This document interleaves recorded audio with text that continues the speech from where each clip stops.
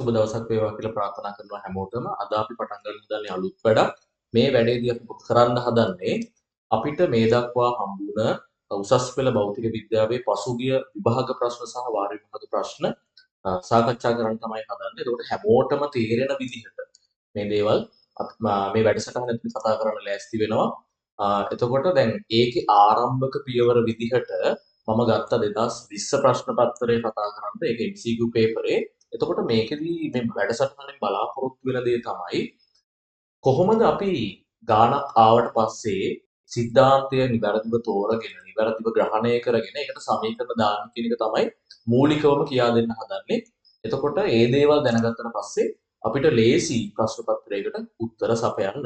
right. ඒකේ මුල්ම පියවර විදියට අද අපි කතා කරන්න යන 2020 ප්‍රශ්න පත්‍රය ගන්න පේපරය අතට ළඟ තියෙනවා නම් අපි ඒකේ පළවෙනි ප්‍රශ්නයට යමු. හරි. 2020 ප්‍රශ්න පත්‍රයේ පළවෙනි MCQ එක විදිහට අපිට ඇවිත් තියෙන්නේ ප්ලාන්ක් නියතයේ මාන මොනවද කියලායි අහන්නේ. හරි. ප්ලාන්ක් නියතයේ මාන අහනවා නම් හරිද? ඒක ප්ලාන්ක් නියතයේ වුණත් මොක වුණත් ඒ කියන්නේ මොන භෞතික රාශිය වුණත් මාන අහනවා නම් ඒකක අහනවා නම් අපිට මොකද කරන්න ඕනේ මුලින්ම දන්නවද? අපි කරන්න ඕනේ ඒ භෞතික රාශි සම්බන්ධ වෙලා තියෙන සමීකරණයක් මතක් කරගන්න ඕනේ. හරිද? අපි මාන කටපාඩම් කරන්නේ නැහැ. අපි දැනගන්න ඕනේ සමීකරණ මොනවද තියෙන්නේ. හරිද? ඒතකොට දැන් ප්ලාන්ක් නියතය අහනකොට අපිට තියෙනවා ප්ලාන්ක් නියතය සම්බන්ධව මෙන්න මෙහෙම සමීකරණ. බලන්න මතකද කියලා. E සමානයි F කියලා සමීකරණයක් අපිට තියෙනවා. හරි? E කියන්නේ ශක්තිය, H කියන්නේ ප්ලාන්ක් නියතය, F කියන්නේ සංඛ්‍යාතය. හරි?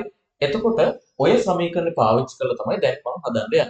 ඒ කියන්නේ අපි දැනගන්න ඕන මූලිකම දේ තමයි මොකක් හරි ඒක නියතයක ඒකම හරි මාන හරි අහනවා නම් ඒවා සම්බන්ධ වෙලා තියෙන සමීකරණයක් මතක් කරගන්න.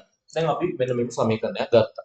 දැන් මේකේ අපේ ප්ලාන්ක් නියත මාන නැහන් හරි. ඒ අහන භෞතික රාශිය උක්ත කරගන්න. මම H උක්ත කරනවා. ඒ ප්ලාන්ක් නියත උක්ත කරනවා. ඒතර වාට එනවා H සමානයි F E බෙදීම F කියලා එනවා. හරි. ඒතර මාන කියන අදහස දෙන පුරවරහන් දාලා හරි ඔන්න මාන ලියලා බෙදී. දැන් E කියන්නේ ශක්තිය. right. දැන් ශක්තියේ මානත් මට මතක නැහැ කියන්නකො. ශක්තියේ මානත් මට මොනවද කියලා මතක නැහැ. එහෙනම් මොකද්ද කරන්නේ? ශක්තියට තියෙන සමීකරණ බලන්න. අපිට තියෙනවා මෙන්න මෙහෙම සමීකරණයක්. හරි. මේ මොකද්ද මේ?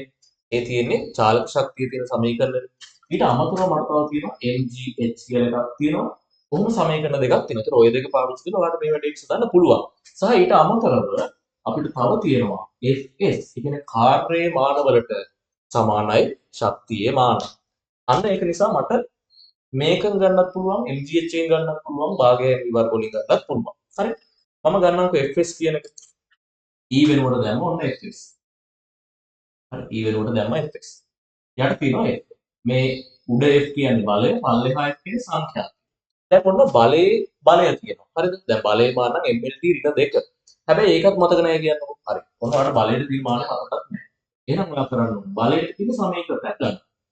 F සමානයි m කියලා සමීකරණයක් අපිට තියෙනවනේ බලයට.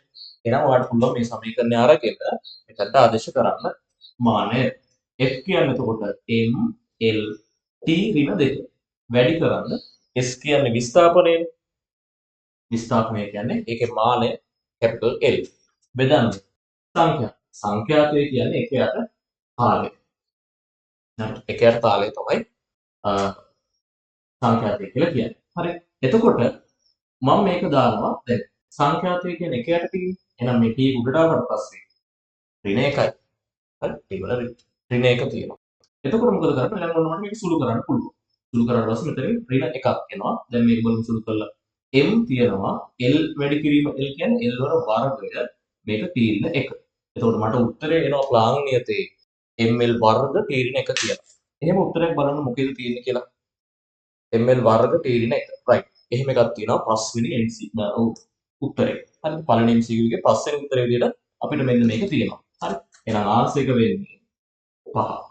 එතකොට අපිට ලේසි ඕනෑම දෙයක මාන හරි ඒක හරි අහනවා නම් ඒවා ගොඩනැගෙන විදිහ තියෙන සමීකරණයක් මතක් කරගන්න. එහෙම මතක් කරගෙන ඇප්ලයි කරන්න. එතකොට ඔයාලට ලේසියෙන්ම උත්තර හොයාගන්න පුළුවන් මේ වගේ ප්‍රශ්නවලදී.